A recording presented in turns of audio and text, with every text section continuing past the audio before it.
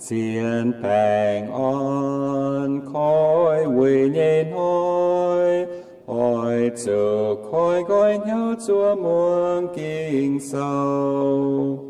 Trên hương chúa miền tai bên nên Nyei nam nhau, chiếu Giê-xu tài dâu nên Nyei bạc phinh. Chiếu cho truy quang mình bù niên nhau hai hình truy nịp, mai on lót thao tao.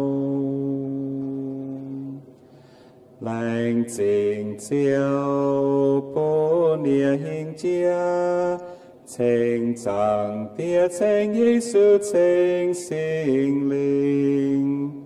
Trên hông chênh phục bốn cha yết chiếu yang minh, với chú yên nhau tình, mai hắn hai tiêu.